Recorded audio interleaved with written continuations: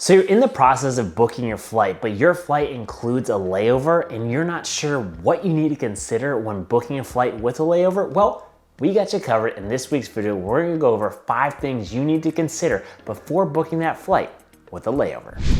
What's up YouTube? Trevi from the Adventure Buddies, the modern travel family, bringing you another video filled with tips, tricks, and inspiration to make sure you maximize your next family adventure, like we always do here at the Adventure Buddies. Tip number 1, and probably the most important, understand the length and time in between your layover. So between your original flight and your connecting flight, understand what is that time frame. So typically a good rule of thumb, you want at least 2 hours in between. That's gonna allow for some of the minor delays in a late takeoff from your original flight and still allow you plenty of time to go to the restroom, grab a snack before your connecting flight. Tip number 2, if you do have the option of picking which airport to have your layover in, do a little bit of research. So not all airports are created the same. They vary in size and they vary in amenities. So those are 2 things to consider. So when you're looking at size of airports to consider, you may have to go from one end to the other. And so that may dictate the time in between flights that you want to consider. Or based on the amenities, if it's a long layover you want to make sure there's a good place to eat, maybe some shopping, etc. So you can pass the time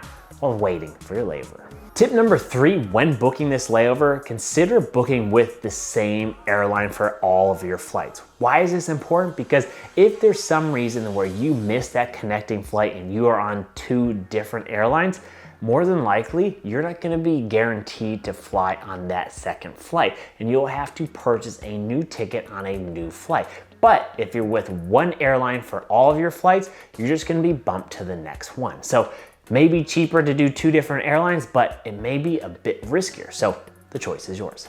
And tip number 4, this one particularly pertains to the international layovers, is understanding when and if you have to go through customs and immigrations. And so if that is during a layover, you're gonna wanna make sure you have ample amount of time to get through customs and immigration and still have time to get to your connecting flight. So just something you need to consider when booking out those layovers. And then finally, tip number 5, when booking a layover, make sure that you pack all of your essential items that you need for day 1 or 2 in your carry-on luggage. Why? Because with flights with layovers and checking bags, those are how bags get lost when they transfer from plane to plane, especially if that connection time is very small because of delays. So you always want to make sure that you have at least 1 bag with you at all times to be able to get you through the first part of your vacation while you wait for your bag to arrive. So just something to consider when planning your layover. So there you guys have it, 5 things to consider when booking that trip with a layover and how to best navigate it. So we hope this information is helpful and we hope that your travel is stress-free. And so if you like this video, please consider giving us that big thumbs up, hit that red subscribe button down below, and most importantly, remember, life's an adventure.